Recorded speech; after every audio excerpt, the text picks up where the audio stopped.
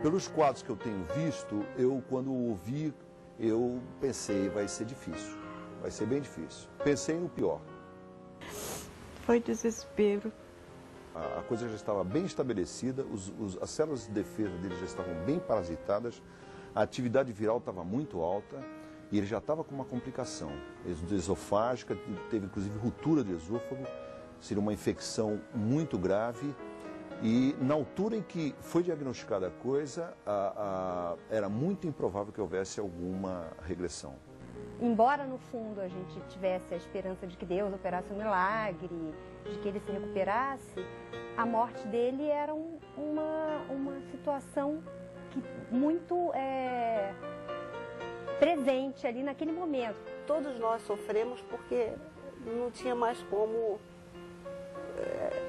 esperar que não fosse. Era doença e a gente ia ter que conviver e ter com o risco de perder o Décio, porque ele ficou num estado muito...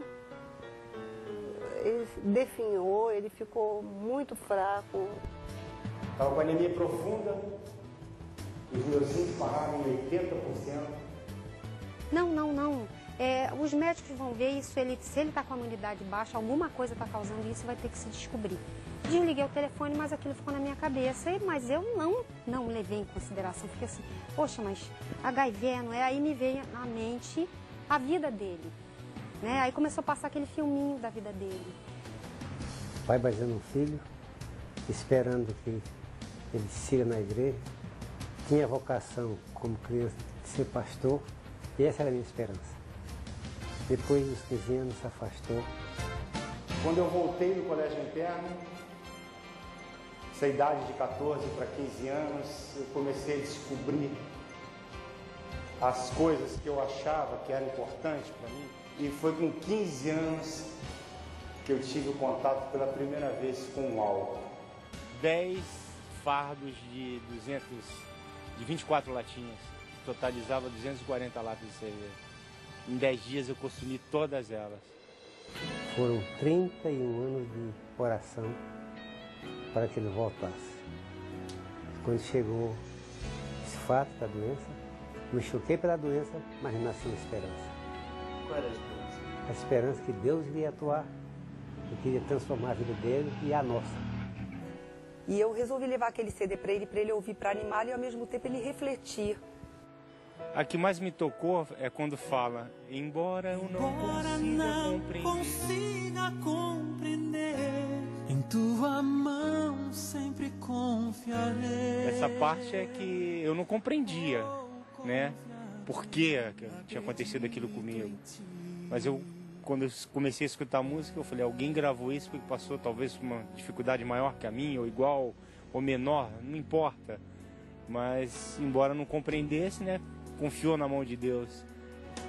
E eu apertava assim, como se estivesse apertando a mão de Deus. E eu falava, Deus, eu vou te confiar em Ti. E comecei a ouvir muito aquele CD. Não dava para se esperar que ele se recuperasse dessa maneira, principalmente na velocidade que aconteceu. E eu acredito realmente que houve podia dizer um milagre. Não seria exagero. E essa música que a minha irmã me deu, esse CD que a minha irmã me deu, a partir dessa música, a minha vida mudou. Mas mudou mesmo. Eu sei que ele assumiu um compromisso com Deus, de se ele conseguisse se livrar dessa doença, daquele estado, né, que ele se encontrava, que ele iria dar o testemunho dele aonde ele fosse convidado, onde fosse possível. Deus sabe quando a oração sincera é. Ele não permite um fardo que eu não possa receber. Graças a Deus ele está aqui. Só posso agradecer a Deus. Ele foi tão misericordioso comigo. Será que talvez não foi para restabelecer a minha fé, por ter sido filho de pastor, e de repente ter abandonado, achado que não tinha tanta importância isso? Ele quis me mostrar. o fato de que às vezes as pessoas falam que quando não vem pelo amor, vem pela dor. Eu não acredito que Deus queira que ninguém volte para Ele pela dor, e sim pela misericórdia. Ele é um Deus misericordioso, Ele é um Deus amoroso. Nós desenvolveu o conteúdo da letra e a música especialmente. E quando ele ouvia, a letra estava dizendo o estado dele, e a música sentia a necessidade de Deus. Então eu acho que esse hino foi uma coisa, fator principal para a sua conversão. Eu não posso provar cientificamente isso, mas eu acredito que essa atividade de testemunho de fé é uma atividade imunoestimuladora. E o CD foi o CD do Porque ao Pai. A música ali, o nome da música, Porque ao Pai. E vocês prestem bem atenção que foi a partir dessa música, tá, que a minha vida mudou. Eu acho que a música, Porque o Pai, é uma música com uma letra forte, que isso trouxe respostas para ele, para todos nós, porque a música é um questionamento, mas que tem um questionamento, mas ao mesmo tempo uma esperança de que tem um Deus que pode, e se Ele quer, Ele efetua um milagre. Foi o que aconteceu com o Décio. Acho que Deus usa, na hora que a gente menos espera, Ele sabe aquilo que Ele vai usar para poder ajudar alguém ou fazer a pessoa refletir. E eu acho que esse CD foi muito importante para ele. Eu me lembro bem, na hora que eu dei o CD para ele, como ele chorava. Quando ele começou a ouvir, ele chorava muito. E aquilo fez ele pensar mais naquela hora, refletir sobre a situação. Com toda certeza, Deus pode utilizar os mais estranhos instrumentos. A Bíblia fala que uma sarça foi utilizada. A Bíblia fala que uma vara na mão de Moisés fez prodígios. Muito mais pode fazer uma música sacra, uma música que desde o seu nascimento, desde o princípio, ela é voltada para aquilo.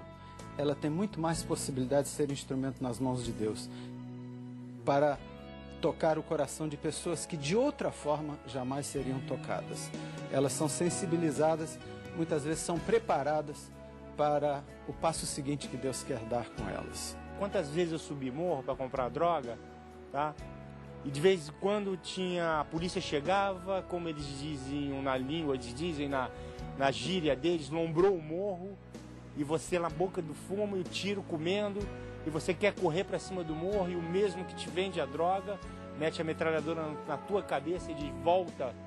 Mas como que eu vou voltar? A polícia está lá embaixo dando tiro, eu não quero que ela suba. Nenhum desses amigos de copo sequer deu um telefonema para mim. Nenhum deles. Então se afaste, não chegue perto não. Essa é a maior evidência para mim de que existe um Deus. Porque quem vê uma pessoa como era antes e como é depois do encontro com Deus, não pode deixar de acreditar nesse Deus. Hoje eu respiro aquela igreja, 30 anos fora, e tem 1 ano e meio que eu voltei ativamente, e eu me sinto bem, eu sinto falta quando eu não vou para a igreja. Ele tem uma atividade viral zerada. Ele não tem atividade viral, mas ele, com certeza, ele possui o vírus ainda em forma latente. A mãe às vezes fala: Décio, você tem que descansar um pouco, porque eu tenho trabalhado no meu escritório, eu gerencio uma fábrica, que eu tenho trabalhado de 7 horas da manhã, às vezes até 7 horas da noite, sem às vezes nem me alimentar, 12 horas direto, e chego na quarta-feira cansado e tenho vontade de estar lá na igreja. Os obreiros, os pastores, têm como finalidade principal a sua missão missionária. Mas uma das missões dele é salvar a sua família.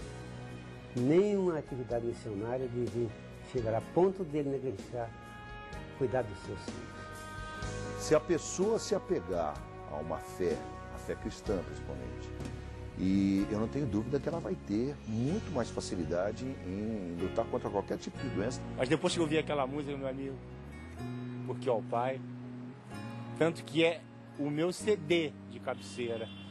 Obviamente que deve-se tomar um remédio, deve-se procurar fazer um tratamento tradicional médico, mas eu acho que ninguém deve prescindir da fé.